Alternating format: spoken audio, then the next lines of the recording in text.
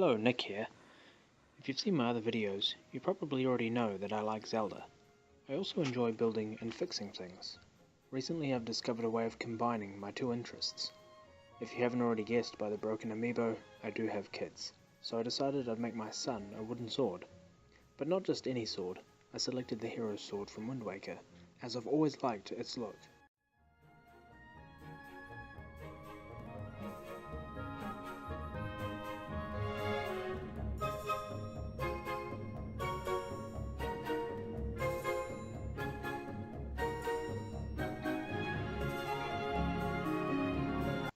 The result was simple and elegant, and it caused my daughter a lot of jealousy, so what else could I do but make her one as well. For her sword, I selected the Goddess sword from Skyward Sword, and the result was nothing short of awesome.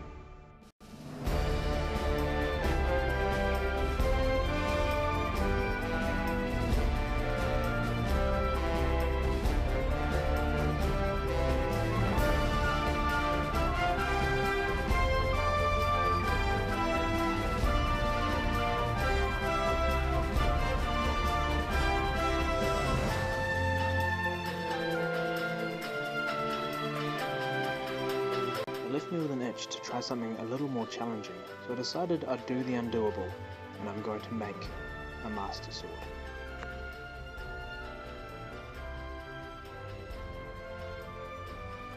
As soon as I decided, I found out it would be no small task, so I started to document the steps and make this two-part video to show the results.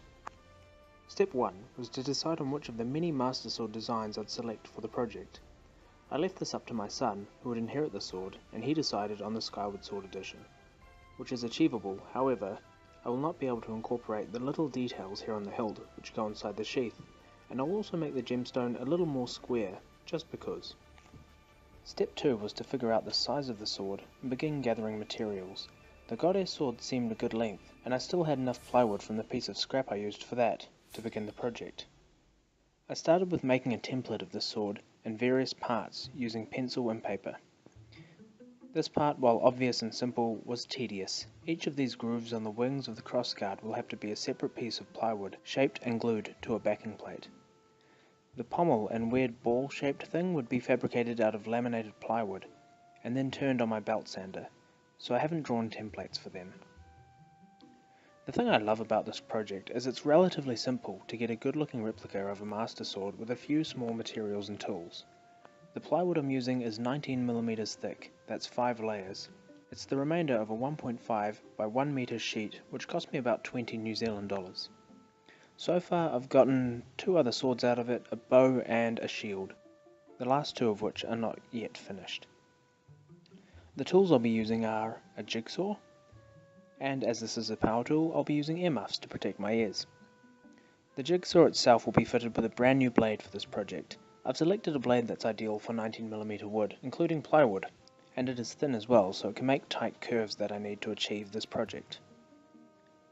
I was using a much gruntier blade previously to cut up a piece of olive wood for a Bronze Age sword handle I'm working on currently, but it's a little bit warped and has far too much bite for this piece. Jigsaws are really great for cutting out odd shapes. You won't be able to complete this project very easily without one, but if you do have a bandsaw, that would be even better. I'll also be using a belt sander to shape the blade and the pieces. Ideally, you want to use a desk sander, but if you don't have a desk sander or a belt sander, you can always use an angle grinder. They are cheap, but they're a little crude for the fine work you'll be using it for, and the alternative to either of these power tools is files and rasps. I'll also be making use of a lot of PVA glue and clamps and vices. You can never have too many clamps in my opinion. I'll also be using a drill and a hammer in this project. Lastly, I'll be using a pencil and a ruler. That is the majority of the tools that I foresee being needed as I write the script, but if any others are used by the time I narrate this, I'll just insert them here. Note to self, do not read aloud. Ah, damn it. Okay, time to sharpen the pencil and get to work. Remember before when I mentioned a desk sander would be ideal? Well, as a cheap workaround, I've mounted my belt sander loosely to my vise. This is in no way safe, and I recommend you do not copy me in this example. Okay? Okay. So the first thing you want to do if you want to mount your belt sander to your vise is to make sure not to tighten it enough to crack the casing, but enough to stop it bouncing around once you start sanding stuff on it. Use a cloth to help with this. And also make sure you brake every now and again just to check that it isn't sliding out. If you do copy my example, that is. Which I'm sure you won't. Once the sander is nice and secure, I start with cutting out the form of the sword. I do this very slowly, and I'm careful to ensure that the blade is in line with the pencil markings. If it slips out of alignment, I slowly ease it back into place, making sure that it doesn't come out too wonky. Even though your instinct will be to start cutting the second side from the top, I recommend you cut both sides from the bottom where the tang is all the way around to the tip without cutting outside the lines. The piece of scrap that you're left with will come in handy later in the second video, so keep that in mind. Now I have my rough blade. The wood is a little bit bowed from being in storage, but because it's plywood, I'm not too fussed. I could spend some time bending it back into place with some weights, but I'm going to see how it looks after sanding it. Spacing the edge of a pencil on an angle against my finger, I mark the edge around the blade and make a 2 cm gap from the bottom, and this is marking where I'm going to bevel out the edge of the blade. You can get special tools for doing this, but I'm a little bit thrifty. Then I lock the trigger on my belt sander and begin to bevel the edge by eye. This is where using plywood is so handy. Because I have 5-layer plywood, I can grind away 2 layers at the edge to give it the appearance of being sharp, while keeping the actual edge a millimeter thick and nice and blunt. That reminds me, as this is a child's toy, I'll also round the tip off a little bit as well. I'm using an 80 grit sanding belt, which is a bit low. If you wanted something with a little bit less bite, you could go up to 120 grit, which won't remove as much material as quickly, so you can take more care with your shaping. It also means less cleaning up at the end, as the 80 grit tends to fluff the edges a little bit, but I don't mind too much.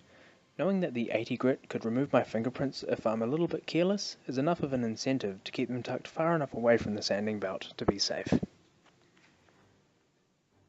Once the edges are beveled and the shape is correct, I can begin cutting out the pieces for the hilt.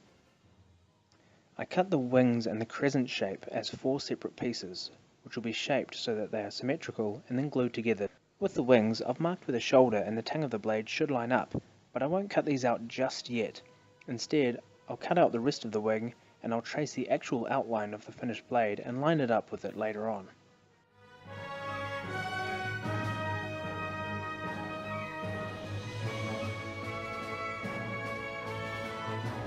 The way that I ensure the crescents are symmetrical is by placing them together and running them in passes over the sanding belt once they're cut out.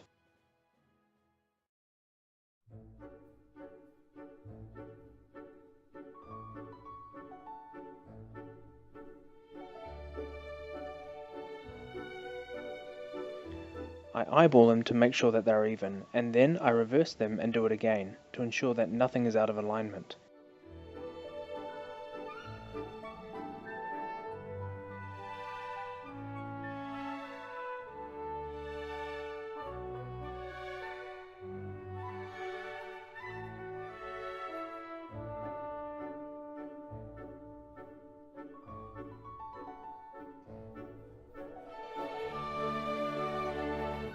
Once they are eyeball even, I switch them back for a final pass.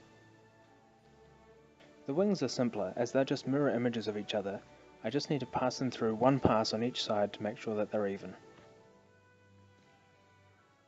Now I can work out the exact shape I need to trim the wings to so that they'll sit flush against the tang and the shoulder of the sword.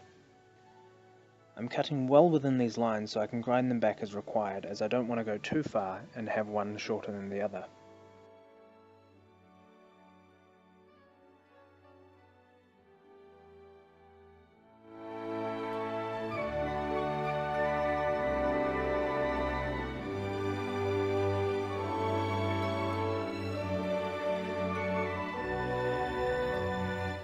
Once I have everything shaped the way I need it, I mark everything with a left, right and AB marking so I can remember where they all go.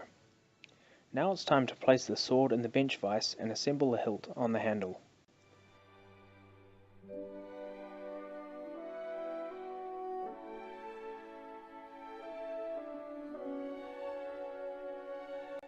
I'm being very careful only to get glue on the points of contact on the hilt pieces and not on the blade itself. Once this is all neatly aligned and glued, I clamp it and slide it off the tang as a single piece. The hilt will still require some more shaping, and the grooves on the wings need to be cut out and shaped and then attached separately, but that will all happen in another video. I hope you've all enjoyed this video. I am still in the process of making the sword at the moment. This is a bit of an experiment for me in the way that this video has been put together and making the Master Sword itself. As you can probably tell, I do a few things on the fly and like to experiment as I go. So stay tuned, and part 2 will be coming shortly. In the meantime, you can check out my other videos on my channel. Cheers!